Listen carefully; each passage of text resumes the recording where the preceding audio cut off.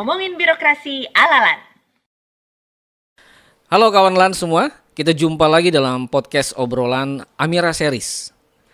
Dan seperti biasa, bukan Amira namanya kalau tidak menghadirkan tamu-tamu yang spesial.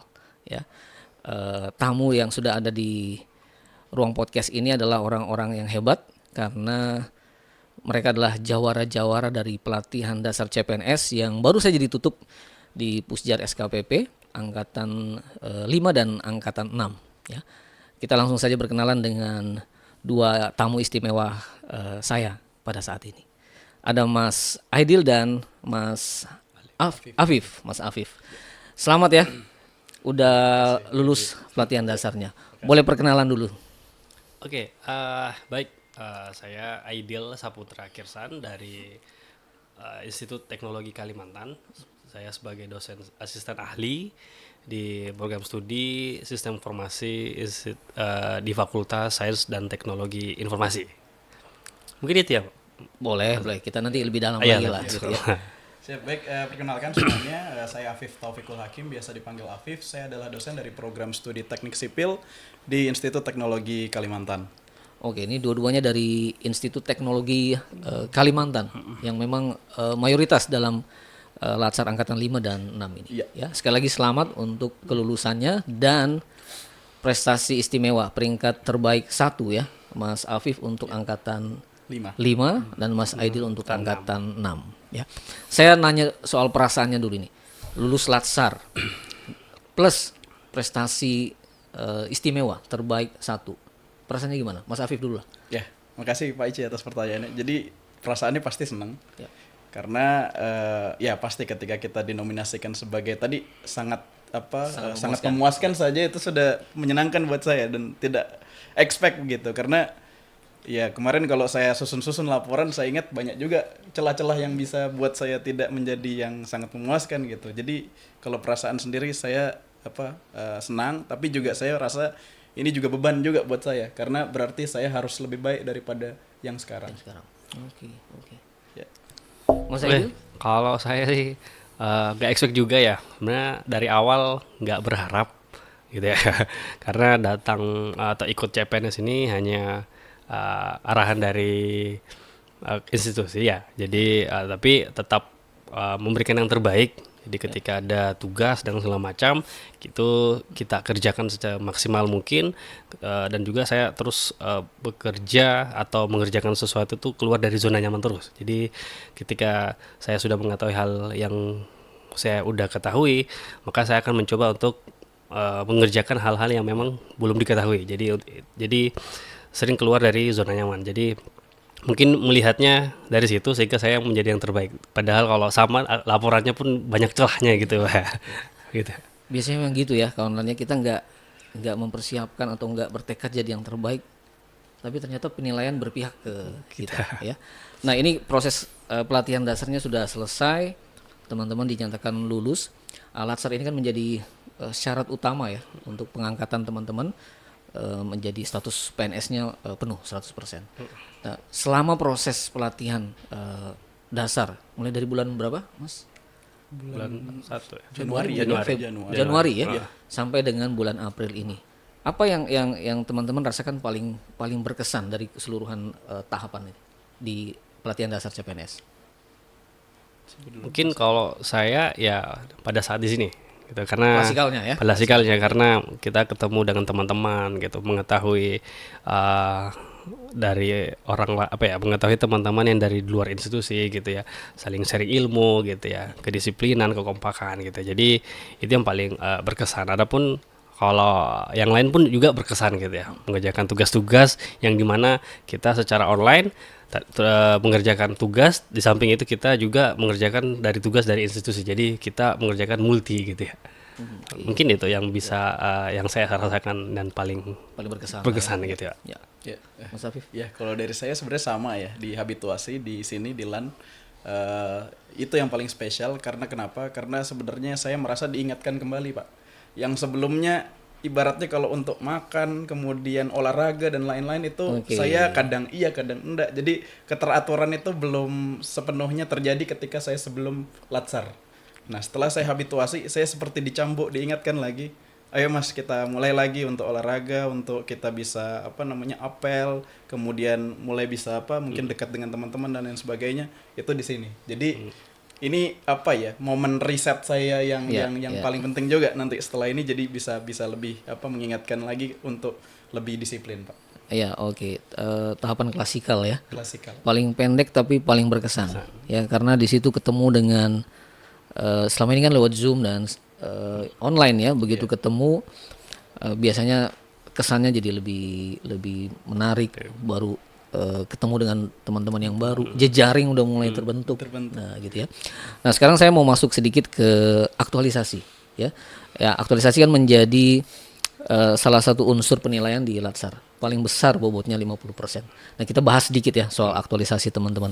Mungkin dari Mas Afif nanti bisa menjelaskan sedikit apa aktualisasi yang dimunculkan dalam Latsar ini. Ya, jadi aktualisasi saya singkatnya judulnya adalah optimalisasi pengelolaan jurnal JISD, Journal of Infrastructure and Sustainable Development di program studi teknik sipil.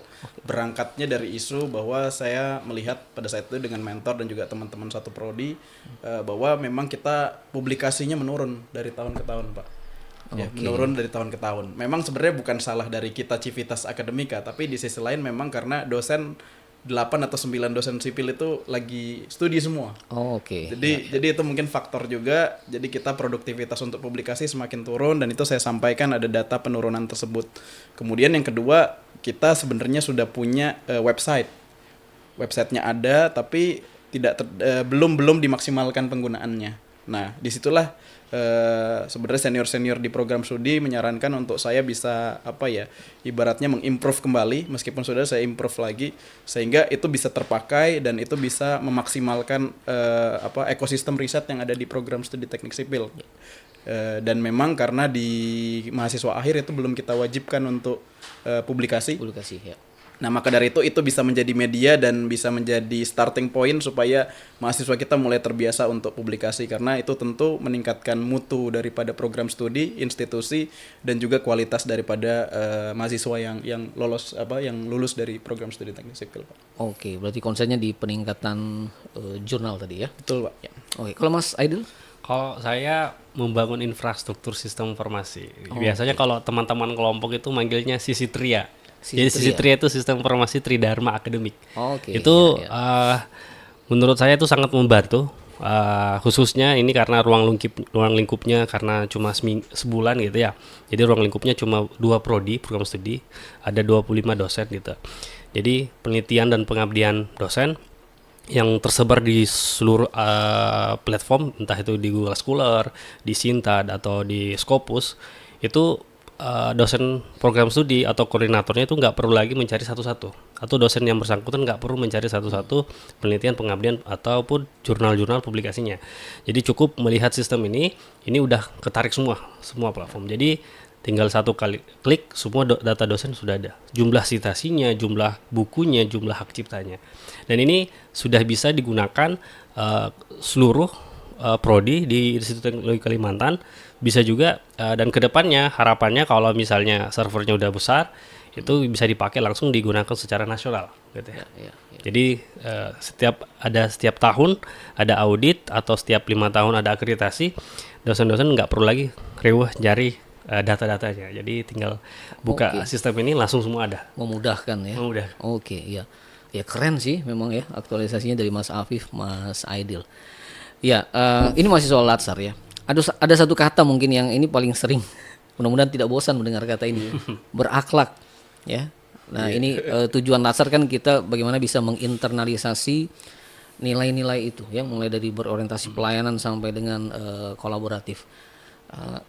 Nilai mana yang menurut Mas Afif dan Mas Aidil ini paling terasa nih, paling selama Latsar, selama habituasi, aktualisasi nilai ini yang ini tertanam banget dan paling berasa. Ya tentu semua nilai, tapi yang paling melekat kira-kira menurut Mas berdua. Kalau saya mungkin semuanya sudah sangat terasa ya, tapi yang paling terasa itu ada 3, Pak. Pertama berorientasi pelayanan, karena ini untuk dosen-dosen, ada juga untuk mahasiswa. Jadi mencari dosen pembimbing yang sesuai dengan bidangnya. Kemudian yang kedua loyal. Jadi loyalnya ini karena ini membangun sistem ini butuh biaya yang lumayan, dan ini kami gunakan untuk dana pribadi terlebih untuk testingnya. Dan ini karena loyalnya adalah mementingkan kepentingan institusi dibandingkan kepentingan diri sendiri. Jadi kita menggunakan apa yang kita punya untuk diperuntukkan institusi. Kemudian yang terakhir adalah kompeten. Jadi kompeten saya pribadi, saya terus belajar gitu. Saya mengetahui hal-hal yang memang ini yang sangat digunakan institusi. Jadi meringankan kerja administratif dosen.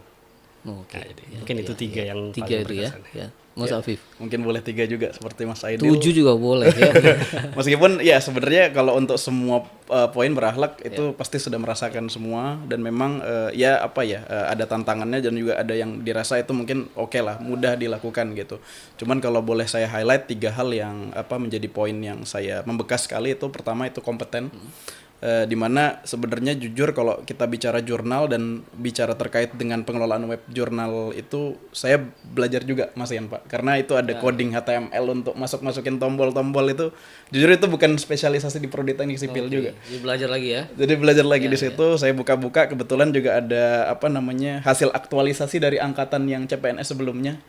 Dari Pak Andromeda. Terima kasih Pak Andro. Itu saya baca-baca bukunya sehingga saya bisa tahu bagaimana untuk mengelola web jurnal itu di kompeten. Kemudian kolaboratif juga Pak. Jadi jujur selama saya melakukan habituasi di kampus di ITK itu, karena web jurnal ini sebenarnya masih ada gangguan-gangguan juga kita di ITK sebenarnya, seperti misal phishing atau hacking. Jadi kadang saya nggak bisa login Pak, karena kadang username-nya entah diubah atau gimana jadi ada kendala-kendala seperti itu karena adanya phishing dan hacking untuk jurnal itu. Nah itu saya harus kolaboratif dan juga adaptif di situ. Kolaboratif dengan saya terus aktif untuk mengontak tim IT. Jadi hamin 2 minggu kalau nggak salah, saya ingat sekali, ini kalau nggak selesai, waduh sudahlah, saya hanya tampilkan yang terakhir saya lakukan saja. Jadi itu sempat ketar-ketir juga di situ, dan juga adaptif ya, karena dengan situasi yang seperti itu saya harus juga memastikan bahwa web itu sudah tidak ada gangguan lagi, meskipun masih ada, cuman saya biasanya hapus-hapus yang misal ada file-file tambahan, kemudian tiba-tiba ada jurnal yang sudah ibaratnya seperti terpublikasi, sudah ada volume 1, 2 dan seterusnya, itu saya hapus-hapus itu. Jadi tiga nilai tersebut yang menjadi highlight dari saya. Ya. Cukup dibuat pusing ya dengan aktualisasi, tapi seru ya. Seru. Ya Latsar seru lah, tapi kan kalau diminta ulang nggak mau pasti ya. Ya, ini masih soal Latsar ya, karena mungkin banyak juga dari kawan LAN yang sekarang statusnya CPNS ya, dan sedang mengikuti atau akan mengikuti Latsar nantinya. Ini mumpung yang hadir adalah jawara-jawaranya, kasih tips lah buat teman-teman CPNS, kiat-kiat kira-kira yang anda lakukan sendiri, yang anda bangun sendiri untuk bisa survive kira-kira ya di Latsar ini, dan justru muncul sebagai yang terbaik. Mas Aidil dulu. Oke, kalau tips dari saya, sebelum Latsar pun kita sudah harus menyesuaikan diri, disiplin gitu ya, terbiasa gitu ya. Satu, kedua, sering belajar, mempelajari hal yang baru, karena sekarang dunia informasi, dunia teknologi, kita belajar kapan aja, di mana aja, dan sumbernya tuh sangat banyak gitu ya. Kita berada dimanapun, dalam keadaan baring pun bisa belajar gitu. Tapi yang paling sekarang turunnya adalah motivasi. Sumber banyak, referensi banyak, tapi motivasi yang kurang. Jadi jangan sampai kita motivasinya berkurang untuk mempelajari hal yang baru. Jadi kita menghadapi hal-hal apapun ke depannya, entah itu Latsar seperti apa, dan jauh lebih sulit dibandingkan Latsar, itu kita bisa melewatinya dengan mudah gitu ya. Adapun hasilnya, kita jangan mengejar target nomor 1, tapi mengejar yang terbaik dan keluar dari zona nyaman gitu Pak. Itu tadi ya, zona nyaman, dan ya berusaha aja melakukan yang terbaik ya, motivasi. Oke. Keren. Mas Afif. Ya baik, kalau dari saya sebenarnya pertama kita harus jujur dulu sama diri sendiri terkait dengan kemampuan kita. Kalau semisal, karena Latsar ini terbatas juga waktunya Pak ya, misal 1 bulan gitu. Nah jangan sampai kita terlalu idealis sehingga kita set target yang tidak akan pernah tercapai dalam 1 bulan. Jadi kita ukur dulu kemampuan, jika sudah ukur kemampuan jangan lupa tantang diri kita. Jadi selain kita ukur kemampuan, kita tantang diri kita, oh kemampuan kita segini, kita lebihkan sedikit gitu ya, sehingga kita bisa belajar lebih banyak. Yang ketiga, selain ukur kemampuan, kemudian kita coba tantang diri, kemudian kita juga jadilah pembelajar, Pak. Karena ketika kita jadi pembelajar, maka kita bisa menyelesaikan tantangan yang sudah kita set untuk diri sendiri tadi. Sehingga ya tadi betul kata Mas Aidil bahwa kita targetnya bukan menjadi juara, tapi menyelesaikan apa yang menjadi tugas kita dengan sebaik mungkin. Mungkin seperti itu. Oke. Iya. Dalam ya. Singkat tapi dalam ya. Oke, setelah ini teman-teman kembali ke instansi ya dengan status udah lulus Latsar CPNS, menunggu proses pengangkatan 100% status PNS-nya. Ada yang berubah nggak ya? Entah itu komitmen, entah itu motivasi ya, bahwa setelah ini saya akan menjadi ASN yang seperti apa setelah lulus Latsar ini. Mas Afif dulu lah. Ya. Setelah ini mungkin saya akan menjadi orang yang tentunya mengimplementasikan berakhlak, itu pasti, Pak. Terus ya, masih Pasti, berakhlak ya. Terus karena itu menjadi itu sudah menjadi chip yang tertanam di diri kita tuh, berakhlak. Kalau dibelah isinya berakhlak lah ya.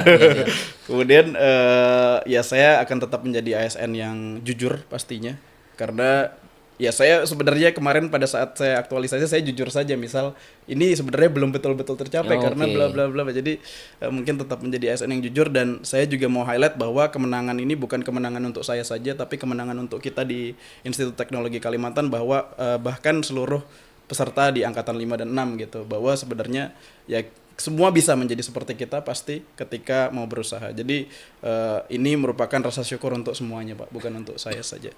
Dan ini menjadi starting point supaya kita bisa menjadi orang yang lebih baik dan mengimplementasikan value berakhlak. Oke, sip. Mas Aidil.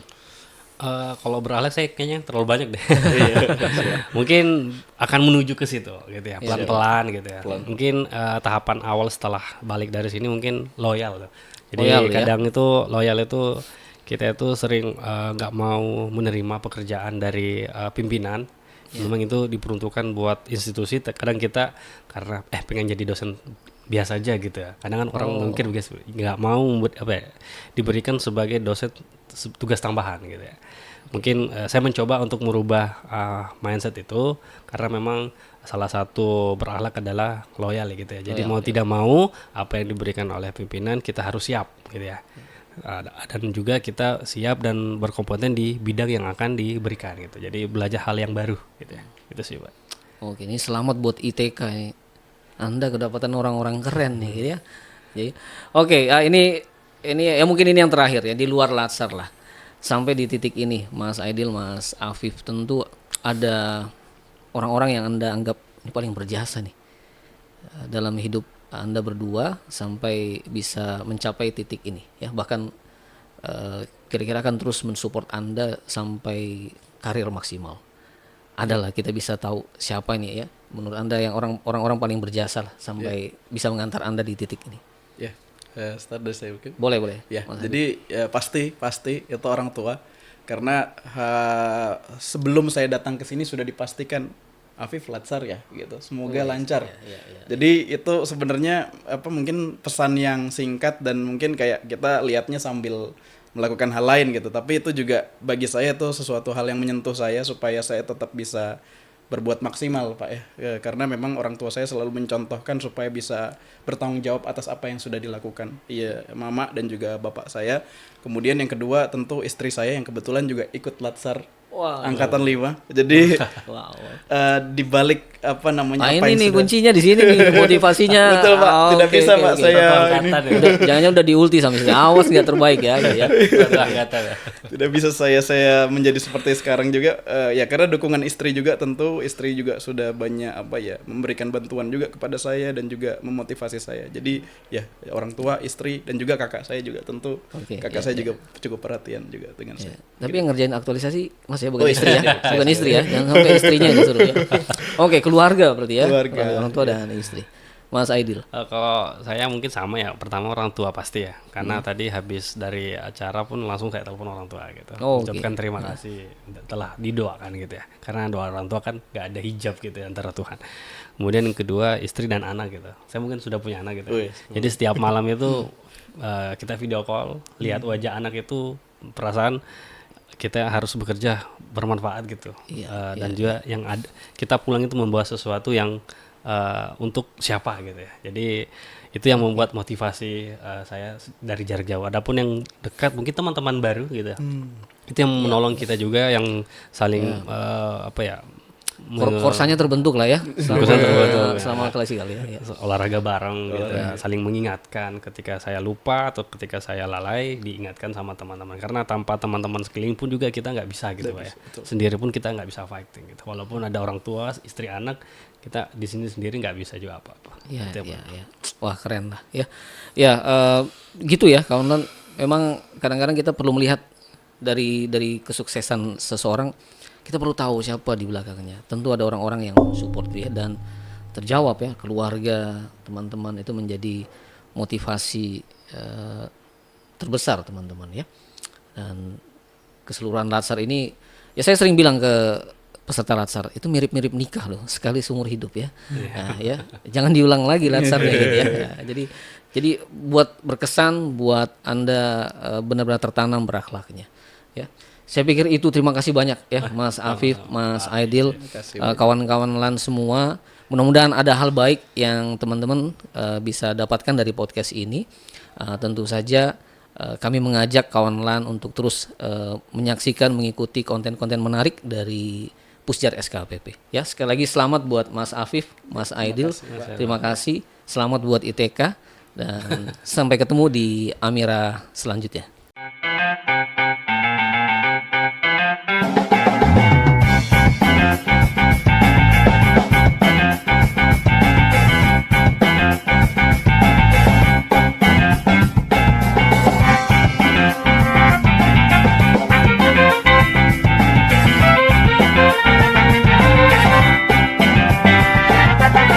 Obrolan ngomongin birokrasi ala LAN.